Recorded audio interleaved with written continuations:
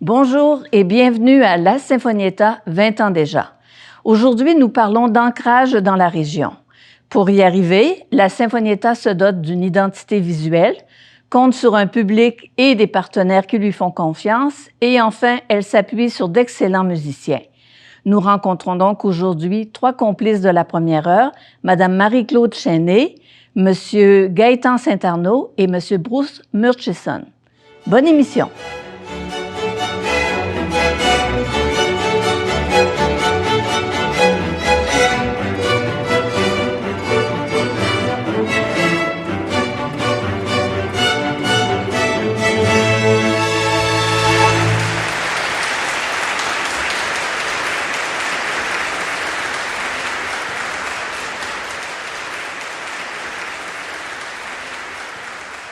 Bonjour, Madame Chenet. Bonjour. Madame Chenet, vous êtes avec la Sinfonietta depuis pratiquement les tout débuts. Je pense que c'est 2004 que vous avez commencé à jouer avec la Sinfonietta. Comment s'est fait cette rencontre?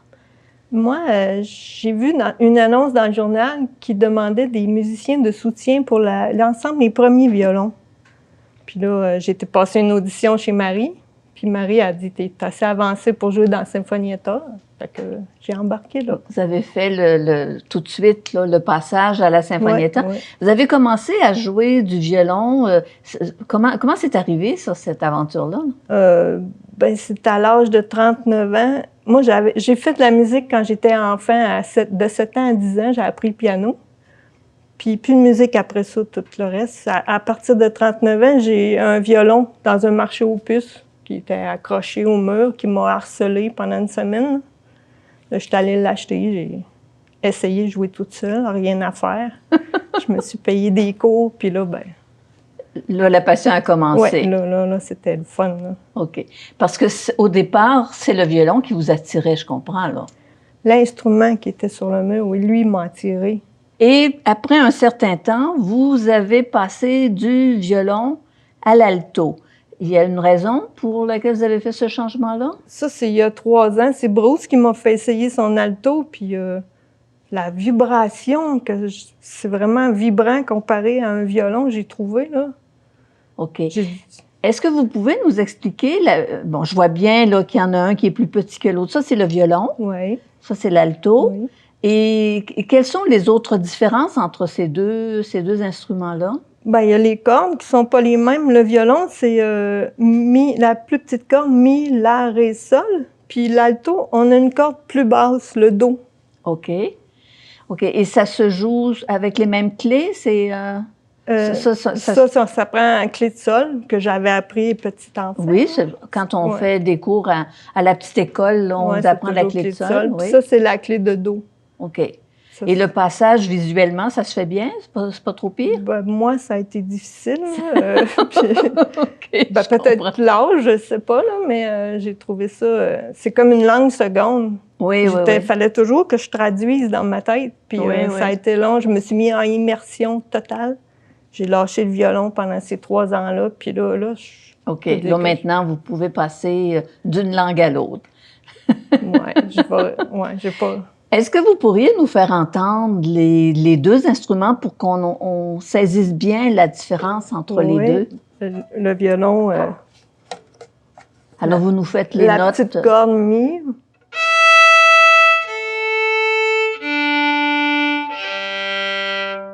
Qui était le mi, la, ré, sol.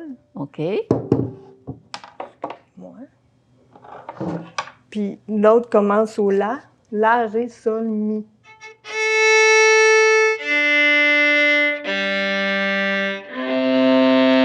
Oh oui, c'est nettement plus grave.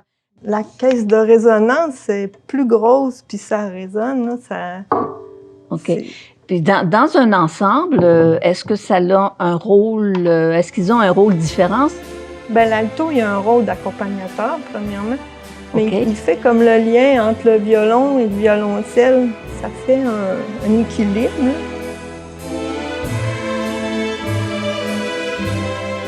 Ça veut dire que quand vous pratiquez une pièce pour un concert, que vous êtes à la maison, que vous n'entendez pas les autres instruments, vous jouez une partition qui est une partition d'accompagnement, là. C'est pas... Oui, mais on se fait une mélodie. Ah, OK. Ouais, ça devient une mélodie pour nous autres.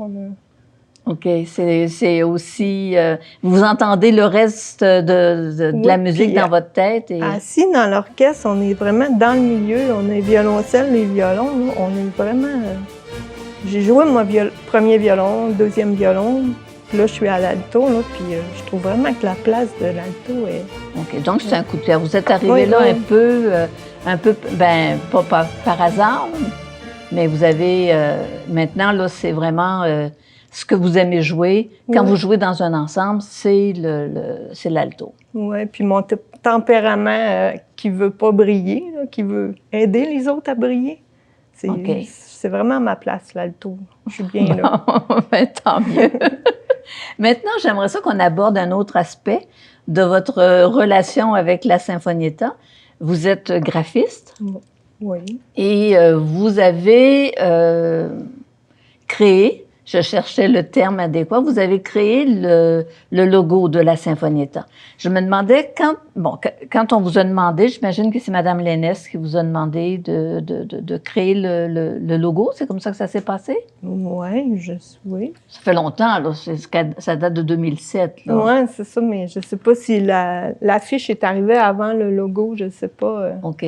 Mais ce qui m'importe, là, c'est de savoir, quand on réfléchit à un logo, ça doit personnaliser rapidement ce que l'on veut identifier. Donc, est-ce qu'il y a une démarche? Est-ce que vous réfléchissez tout simplement? Comment vous y prenez? Ben, on y va à SRA, mais là, il y avait un S. Le S, ça fait la clé de sol, c'était trop facile. Oui. J'ai fait la clé de sol. Puis là, la volute, la tête de volute, que tous les instruments de l'orchestre ont en commun, presque. Puis l'archet. Ben, l'archet qui vient souligner. Oui, c'est ça. C'est ça. Moi, quand je vois le logo de la Sinfonietta, l'idée qui me vient, c'est un envol. Ouais. Il y a quelque chose d'un peu d'aérien.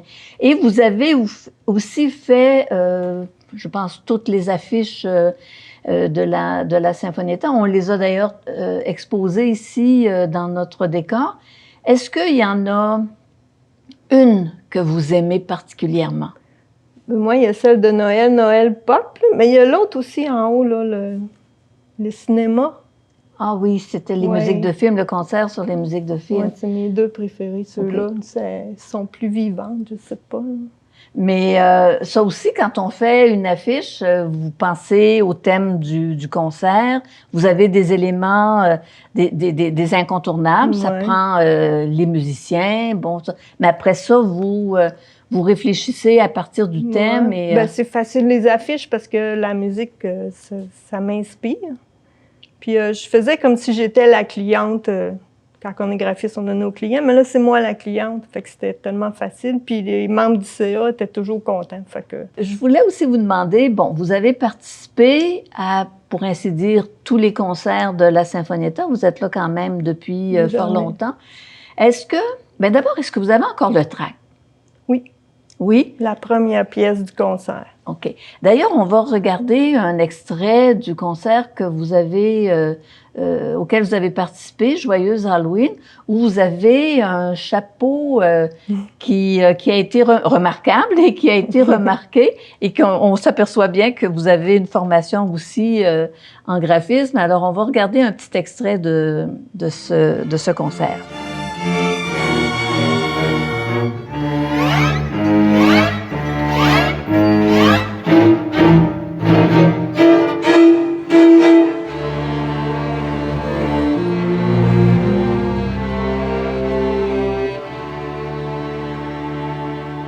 Alors, maintenant, vous allez me parler le concert que vous avez le plus aimé et on va conclure avec ça.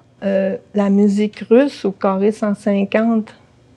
J'ai vraiment aimé ça. Je ne le vois pas, là, je ne sais pas si c'est pas lequel. Le Tour du monde, celui-là, le Tour du monde en musique? Ah, peut-être. Oui, au carré 150, c'est ça, c'est le Tour du monde en musique.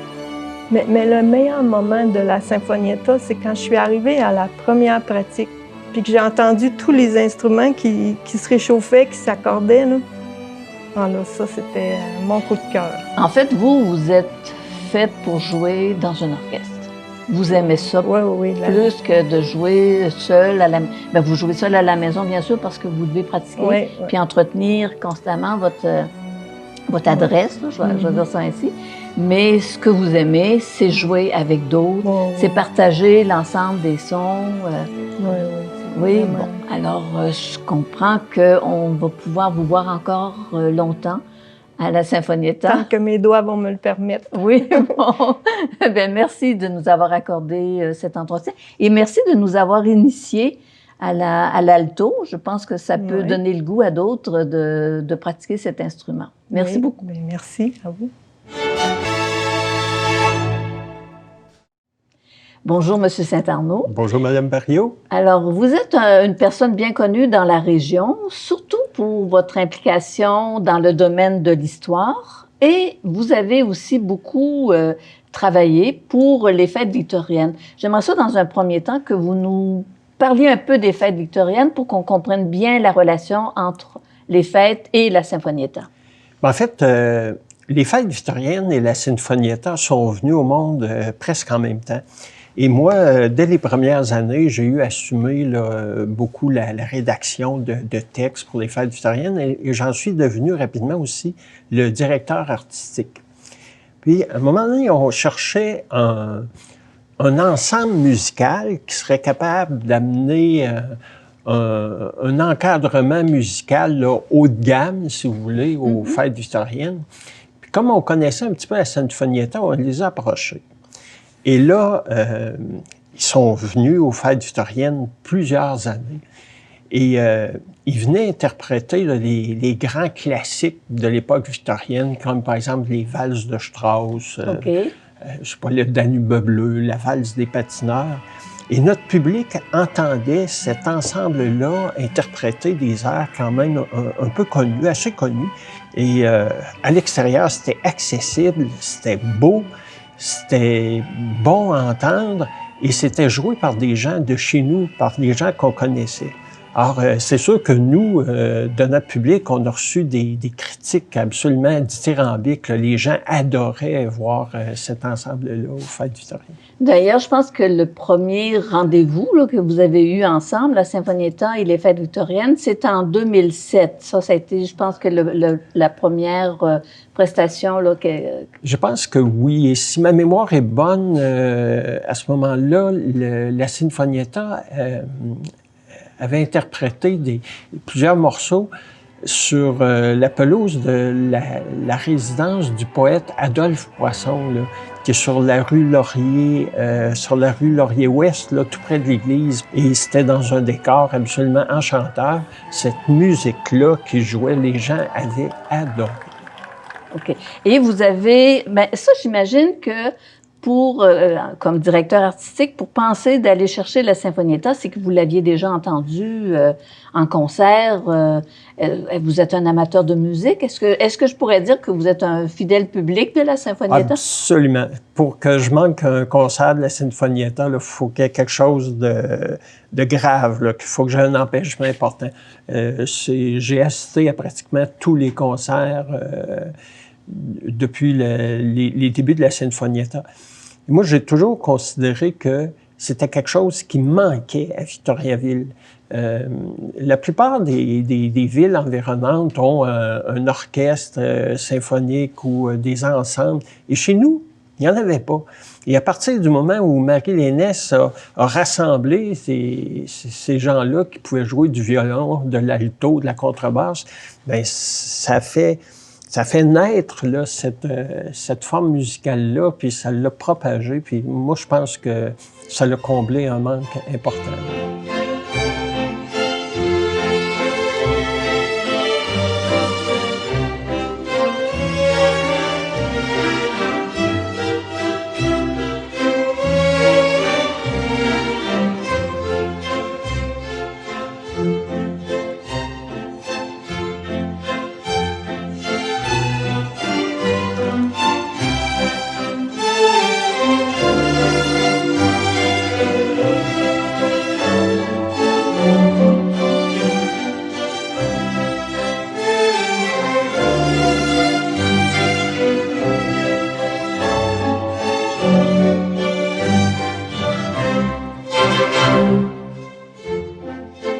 ici, à Victoriaville, il y a quand même une formation de base qui est assez accessible là, pour différents instruments. Moi, quand je suis arrivée dans la région, j'ai été enchantée de voir qu'il y avait quand même, tu sais, j'ai vu des jeunes qui jouaient des instruments à vent, des cuivres, le violon. Il y a un engouement pour la musique dans la région. Est-ce que si on revient là, aux fêtes victoriennes, bon, vous avez, il y a eu d'autres prestations. Il y en a eu une autre, il y a eu une récidive au bal victorien de 2008. Ça, je pense que c'est un événement qui se passait à l'intérieur, où tout le monde est habillé avec les robes, Ça, c'est quelque chose. Le bal, le grand bal victorien. Alors, c'était évidemment la grande musique avec la danse, un chef qui dirigeait là, les chorégraphies carrément. Là. Alors, il y avait des pratiques, tout ça. Alors, ça, c'était... les gens adoraient ça. Puis évidemment, les décors somptueux, les robes magnifiques. Bon, il y a le costumier victorien là, qui permettait aux gens de se costumer. Alors ça, c'était grandiose. Puis quand la Sinfonietta s'intégrait là-dedans... oui, c'est tout, parce que ça fait penser à la période qu'on voit dans les films où les femmes ont des robes, là, puis on danse la valse, puis c'est... oui, mais est-ce que ça se fait encore, ça? Ça fait plusieurs années que le bal n'a pas eu lieu parce que ça demande beaucoup d'organisation et... Bon, j'imagine qu'à un moment donné, ça va revenir, mais bon, c'est au conseil d'administration à décider de ces choses-là. Mais c'est clair que c'est quelque chose qui était très apprécié. OK. Et on comprend bien qu'un ensemble de cordes dans une prestation semblable... Ça a sa place. Oui, absolument. Dites-moi, comme vous êtes un public averti pour la Sinfonietta, est-ce qu'il y a un concert que vous avez apprécié davantage ou dont vous vous rappelez? Ou... Bien, en fait, il y en a plusieurs. C'est sûr qu'il y a eu des fois des thématiques là, comme l'Halloween. Il y avait eu l'an dernier ou il y a 2 ans un thé dansant oui. qui avait eu un grand succès et il y avait là les gens venaient danser et c'était en même temps tout simple et grandiose. C'était beau et moi, j'ai entendu des commentaires absolument très... Ça rappelle un peu là, le bal victorien. Le thé étant en supplément, là, voilà. Les petits biscuits. Voilà. Là, Oh, mais oui. autrement, c'est le même, Voilà. c'est le même principe. Bien, écoutez, moi, je pense que la relation entre les fêtes victoriennes et la Sinfonietta, surtout au tout début, ça a permis un ancrage à la Sinfonietta dans la région.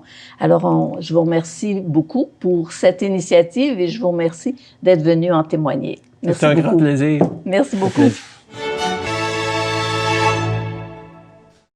Alors, bonjour, M. Murchison. Bonjour, Mme Barriot. Bien, merci d'avoir accepté notre invitation. Ça me fait bien plaisir. Alors, vous êtes musicien, vous êtes avec la Sinfonietta depuis 2006. Vous êtes originaire de l'Ontario. Oui. Alors, j'aimerais ça que vous nous parliez un petit peu de vous, là. Vous êtes parti de l'Ontario, vous êtes arrivé à Victoriaville, pour que vous rentriez nécessairement dans les détails, là, mais qu'est-ce qui vous a incité à venir vous installer dans la région? Dans la région ici, oui. Particulièrement, ou au Québec? Au Québec, au Québec, oui. Au Québec, c'est une longue histoire. Moi, je suis tombé en amour avec le français comme langue à l'âge de 11 ans. Au même moment où j'ai commencé des études de violon à l'école. OK. On a eu une nouvelle sorte d'école en Ontario, pré-secondaire, 3 ans, là, avec des spécialistes. Alors, j'ai eu un excellent prof de français, un excellent prof de musique. Et j'ai continué mes études finalement en langue. J'ai fait du violon classique enfant, adolescent, mais j'ai continué mes études plutôt en langue à l'Université de Toronto. Et pendant ma 3e année, j'ai passé l'année à Strasbourg, en France. OK. Donc, vous avez continué d'améliorer votre français à ce moment-là? Oui, mais c'est là où j'ai rencontré des Québécois qui étaient en études de catéchèse. Alors, j'étais très impressionné et je trouvais que c'était des gens très sympathiques. Et à l'été de l'Expo, j'ai eu la chance de travailler à l'Expo je suis descendu trouver une job à l'Expo. J'ai travaillé à l'Expo, puis là, je suis tombé en amour avec Montréal. Puis, alors, quand j'ai eu la chance, je suis revenu postuler à l'ONF et à Radio-Can, puis je suis entré à l'ONF à Montréal. OK. Puis l'arrivée à Victoriaville, c'est un peu différent. Dans les années 70, j'ai fait partie du mouvement du retour à la terre. Alors, je me suis retrouvé dans les cantons de l'Est, je suis revenu à Montréal, puis en cherchant, je suis arrivé à Victo, dans la région de Victo, en fait à Tinwick. OK. Alors, je suis dans la région depuis 77. OK. Et pendant tout ce parcours-là, vous avez appris la musique? Est-ce que vous avez eu une formation?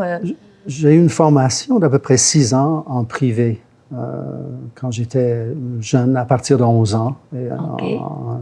dans l'adolescence. Et j'ai fait une erreur. Je trouve, quand je suis entré à l'université, on m'a demandé si je voulais faire partie de l'orchestre de l'Université de Toronto, de la faculté de musique. Et puis j'ai dit, ah non, je pense que tout est nouveau, là, je vais me concentrer sur mes études de langue. Et je regrette maintenant, parce que ça aurait été vraiment une grande occasion. OK. Mais à ce moment-là, quand vous avez décidé de faire partie de la Sinfonietta, est-ce que c'est à ce moment-là que vous avez renoué avec une pratique régulière de votre instrument? Vous avez toujours joué le violon là, à ce moment-là? Là. Ben, je suis passé par des périodes d'intensité, mettons. Au milieu des années 70 ou 71, 72, j'ai ressorti le violon. Je ne l'avais pas vraiment serré, ça revenait tout le temps. À un moment donné, j'avais travaillé le double concerto de Bach. Puis, mais je l'ai ressorti, puis j'ai commencé à jouer avec des amis à Montréal, des amis c'est une gang qui est devenue Bard, le groupe Bard, qui jouait beaucoup de musique irlandaise. Et bon, de là, par hasard, en faisant un contrat pour l'ONF, pour aider les profs de français dans les écoles anglophones de Montréal, j'ai fait un atelier où je leur proposais des chansons francophones du Québec. Et puis j'ai contacté les Séguins pour voir s'ils ne viendraient pas à l'atelier. Puis je suis descendu à Saint-Venant pour rencontrer Richard. J'ai apporté le violon. J'ai joué pour Richard, puis il a aimé ma façon de jouer. Il m'a invité à se joindre à leur ensemble. Puis là, c'est parti. Quand j'ai préparé cette émission, j'ai lu quelque part que vous avez dit au moment de votre premier concert avec la Sinfonietta, « J'aime la discipline nécessaire pour jouer dans un ensemble. Ouais. » Qu'est-ce que ça veut dire exactement? Vous êtes, c'est sûr qu'il faut ensemble, il faut que ce soit harmonisé. Oui. Pendant les années 70, 80, je n'ai pas joué beaucoup. En les années 90, j'ai joué beaucoup avec Richard Gamache, notre chanteur, poète, j'allais dire national, mais local. Mm-hmm. Et puis, toutes ces expériences-là avec les chanteurs dans les années 70, souvent, c'était des trucs que je faisais à l'oreille, que j'inventais des choses, mais je n'avais pas fait de lecture depuis longtemps. Et ça me manquait un peu, cette discipline. Et en me joignant à la Sinfonietta, ça me donnait la chance de revenir à une précision, à des choses préconçues qu'il fallait exécuter. C'était différent. On voit ici derrière les affiches des différents concerts de la Sinfonietta. Étant donné que vous avez commencé à jouer en 2006, vous avez participé à tous ces concerts-là. Mm-hmm. Est-ce qu'il y en a un dont vous êtes particulièrement fier? Honnêtement, je ne me rappelle pas du contenu de chaque concert. Disons que, mon Dieu, c'est difficile à dire parce que quand je suis rentré... Vous les avez tous aimés? Oui. Puis quand je suis rentré à la Sinfonietta, je me suis donné un défi, c'était de jouer de l'alto. OK. Alors, la première année, j'ai loué un alto, puis je me suis mise à apprendre des lectures alto. Et puis, j'ai fait quoi? Peut-être la moitié de ma période dans la Sinfonietta avec l'alto.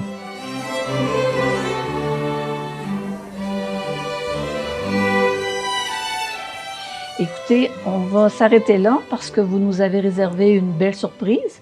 Mm-hmm. Vous allez nous interpréter une pièce, laquelle d'ailleurs, si vous pouvez? C'est une pièce d'un compositeur irlandais qui s'appelle Turlough O'Carolan, qui est de l'époque de Vivaldi. Okay. C'était un harpiste aveugle itinérant. qui a fait une carrière de 50 ans. Oh mon Dieu. En Europe, en Irlande, etc., qui a intégré peut-être des éléments de musique baroque classique, mettons. Alors, nous allons vous écouter. Moi, je vous dis au revoir parce que nous allons terminer l'émission avec Monsieur Murchison. Alors, bien, à la semaine prochaine et restez à l'écoute, ça vaut la peine.